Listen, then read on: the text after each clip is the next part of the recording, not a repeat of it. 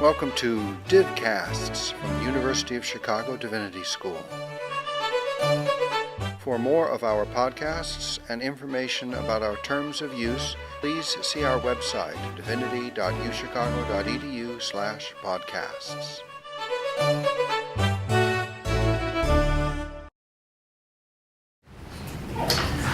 All right, so we'll get started. Everyone knows me. I'm going to introduce myself, but it is my great pleasure to welcome back Mark Maxwell to the Craft of Teaching. After a fantastic workshop that I suspect many, if not all of you, were at last quarter on Cultivating Rigorous Creativity, that workshop prompted a flood of responses from students, some of you among them, saying how appreciative they were of that workshop and how much they wish more of our programs could be like it. Well, abracadabra, here we are, and we can see this workshop as a true sequel in the sense that we're taking as given the material that we worked on last time, so we can dive right into the nuts and bolts of the assignment design. So this workshop we're presenting as part of our Arts of Teaching series, which is new this year and something we definitely want to be building out as the program continues to expand, for workshops that are focused specifically on skill development and teaching practice. There is the requirement now of 3 Arts of Teaching workshops for the Craft of Teaching certification, and this is one of them, so please do sign in. So I trust if you're here, you were either at last quarter's workshop with Mr. Maxwell or you've seen the video in our media library. So he needs less introduction, I think would ordinarily be the case, but just a few highlights bear repeating.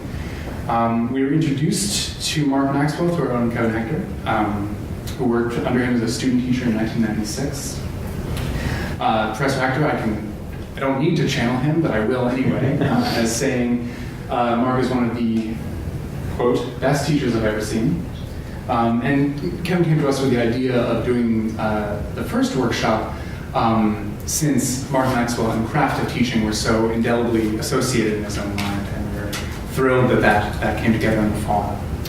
Mr. Maxwell has taught English and writing for over 25 years, most recently at Meadows High School. And both he and his students have gone on to publish and earn acclaim as creative writers.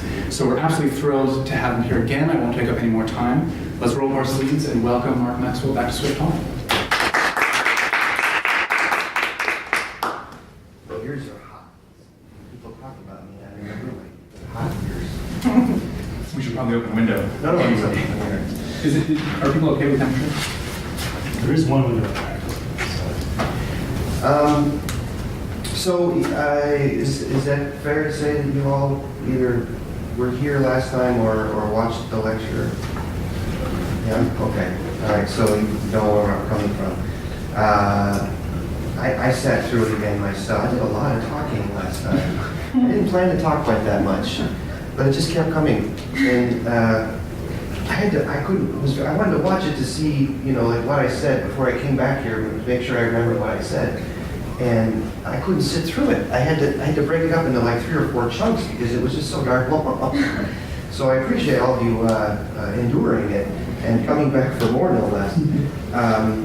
I think the most important thing I need to know at the outset is where each of you is at. What is it?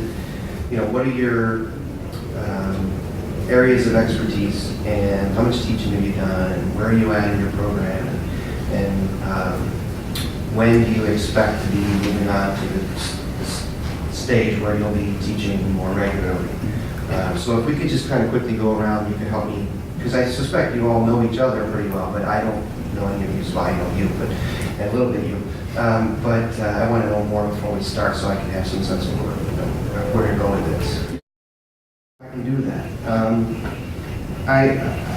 Over the weekend, I stumbled upon an essay called "Who Are You and What Are You Doing Here?"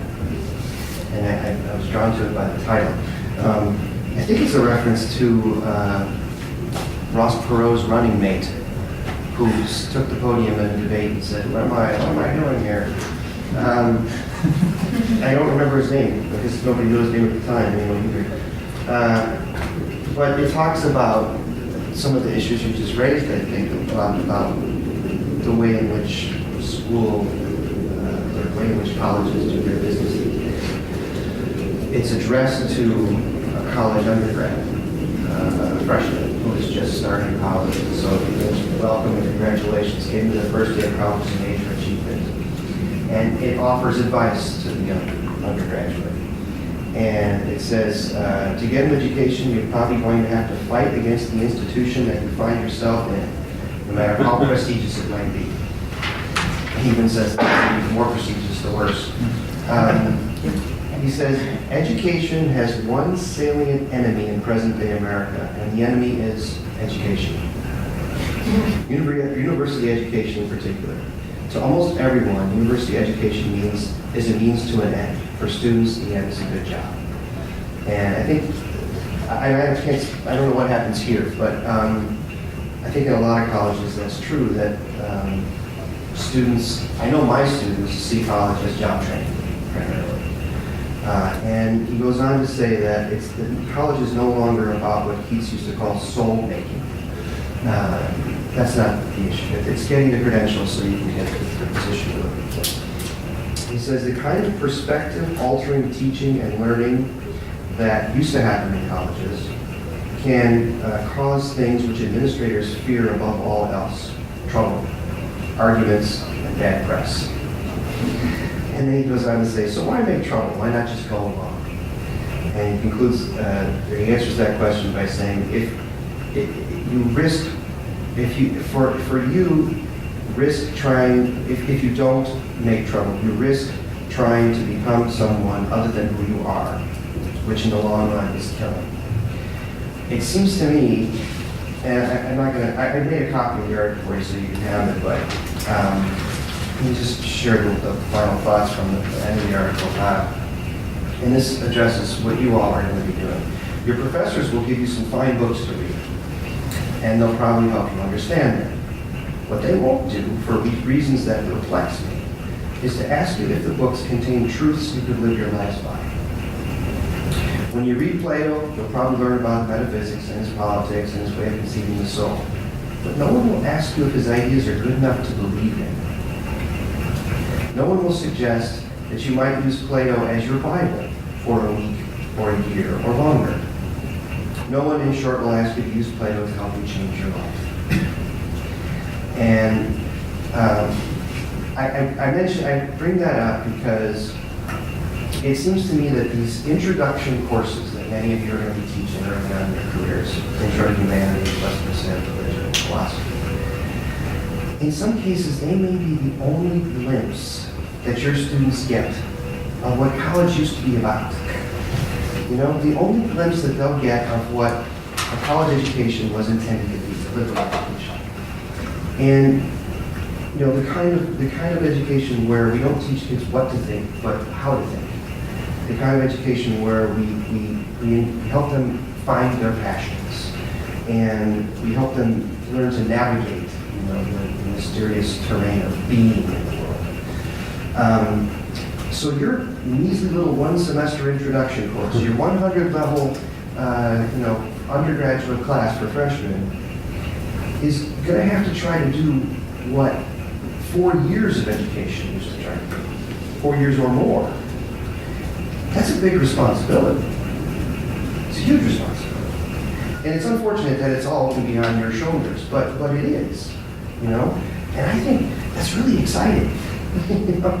And just stepping in front of your students and reading something to them, certainly they will do whatever you ask them to do because they want the job at the end of the rainbow.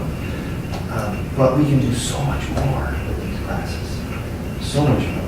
So, and I think, you know, engaging students with this very complicated material, especially undergrads, I think the only way to really get them inside the texts is to get them to approach them creatively, you know, to get them to really be intimate with the texts. Just telling them what the text means is not enough. Just asking them to regurgitate what the text means is not enough. Just asking them to be critical of the text is not enough. Now, I said all that last time, so I'm not gonna go off and repeat myself over and over. But I do want, remind me before you leave, you just grab a copy of this, and I might be interested in that.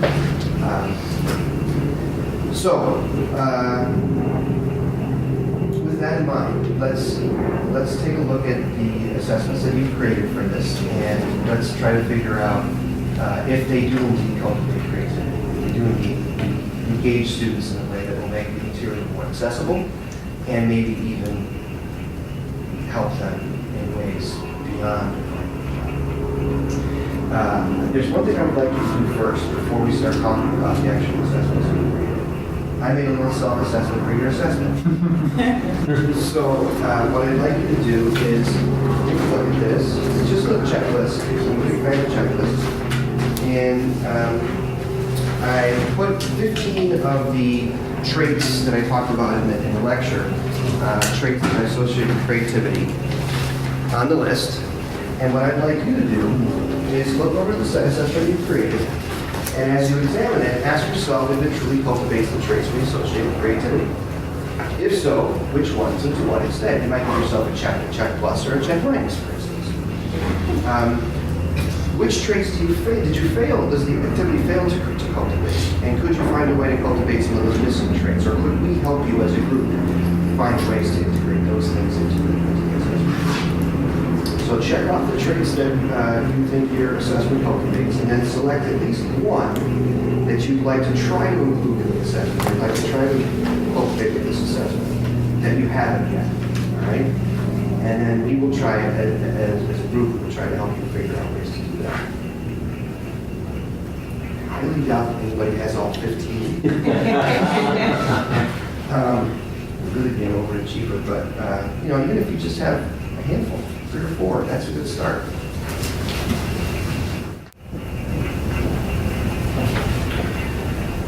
As we go along here, I'm going to try to be a little bit transparent about my own methodology, so that might be helpful for you. So the thing we just did, going on the circle, is often referred to as whip around, and it's a really effective way to get everybody to say something.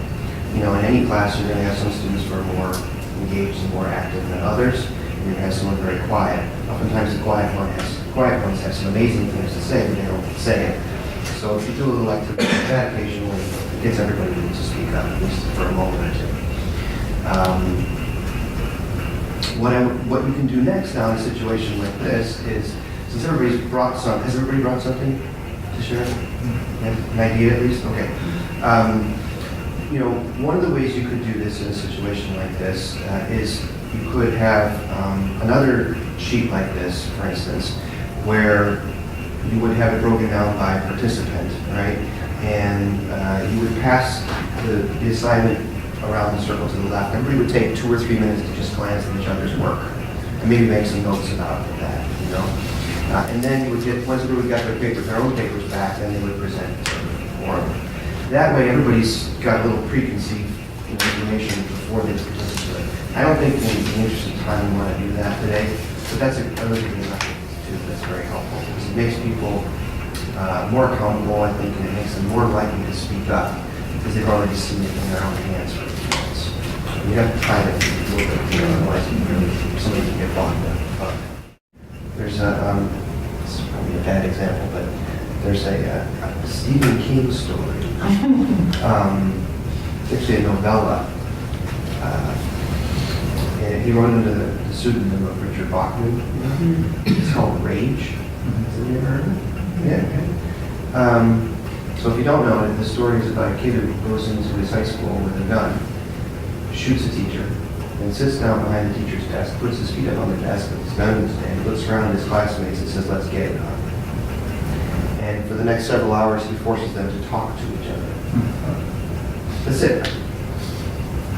It makes them air it out. Now, of course, I wouldn't want you to go that far, but I think there's a message there about how people in schools don't do what we're supposed to be doing here, And it takes somebody with a gun almost to make us, do it. And I think that would be kind of cool, So bring it to class, share, and then swap. and say, okay, now you take it home and respond to it. And whether you agree or disagree with the myth, or you think that it's an accurate representation, take a different approach. Adopt a rebuttal or refutation sort of stance. From the perspective of one of the natives.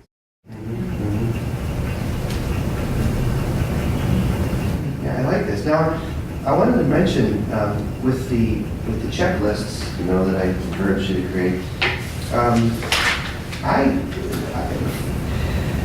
for better or for worse, this is how I like the checklist, and what I usually do is, when I grade things, I'll give somebody a check, a check minus, or a 0.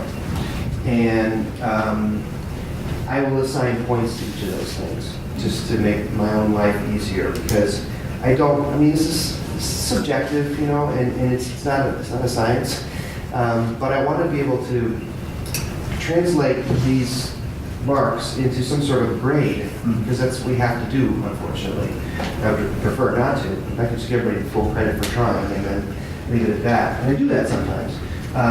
But anyway, so I might make this 10, and this 8, and this 6, and this 0, and then I just add them up at the end, And you can tell the students that if you want, that each mark is worth a certain number of points, or you can just, make it look holistic.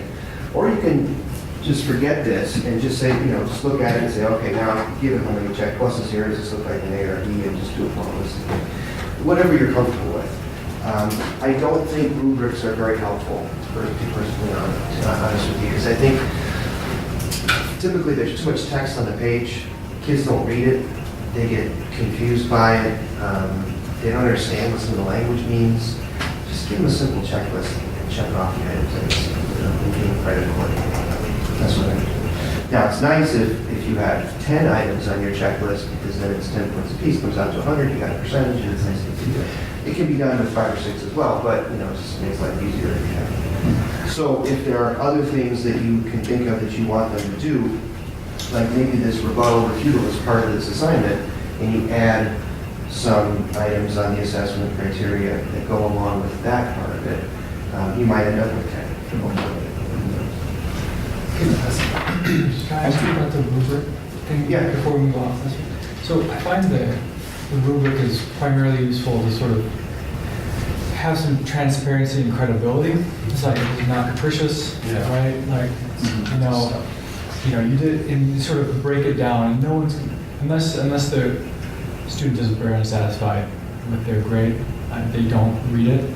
But they could if they wanted to. And it sort of forces me also to make sure that even though they did this one part really well, if they don't do this or they just clearly didn't proofread, I have to also be fair and not just give them an A or something like that. Or if they fall down on one part, right? It also forces me to sort of have a standard, sort of to keep myself more impartial. So, what... I agree. I think that that's the best thing about rubrics is they sort of help us cover our ass, frankly.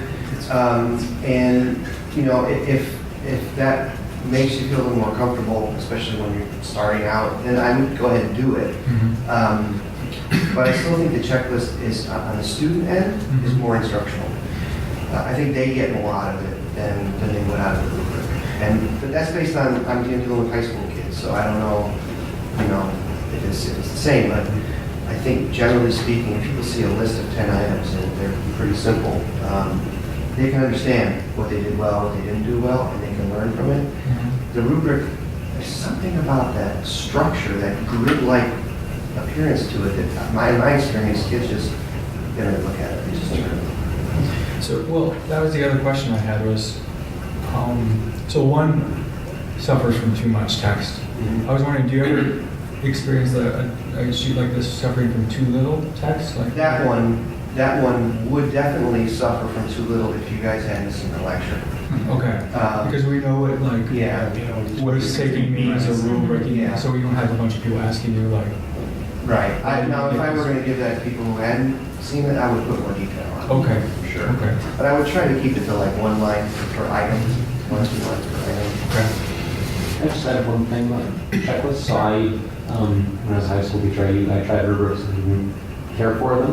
And then I would try checklists, and one of the things I noticed was sometimes in the course of grading papers, I would realize that my checklist didn't reflect what I really wanted, and it was skewing. And so then I would just tell students, yeah, I got this wrong, so I just decided not to Just cut this one out.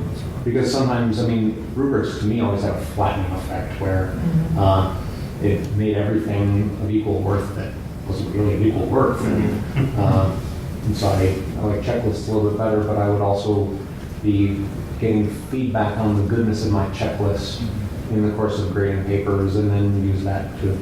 I also de-emphasized grades as much as I possibly could, except when I was trying to trick students into doing things. Yeah, I mean, it's probably different at the college level, but grades are not really incentives. I just gave an assignment for my AP students last week where they had to write and respond to an AP prompt, and I scored them using the AP scale, but I gave everybody full credit. So they got the score so they could see where they're at on the 0 to 9 scale, but they didn't. Everybody got full credit just for doing the assignment, and they cared more about the score, I think, in that case than they do when the score reflects the grade. Because when the score reflects the grade, there's some resentment, there's some anger about it. This was like, gee, I only got a 4. Okay, I got to figure this out. It's a different response. I can feel it in the room. So when you can de-emphasize it, you should.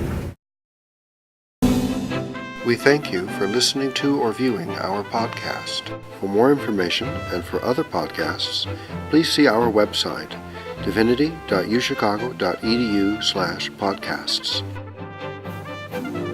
Copyright, the University of Chicago Divinity School.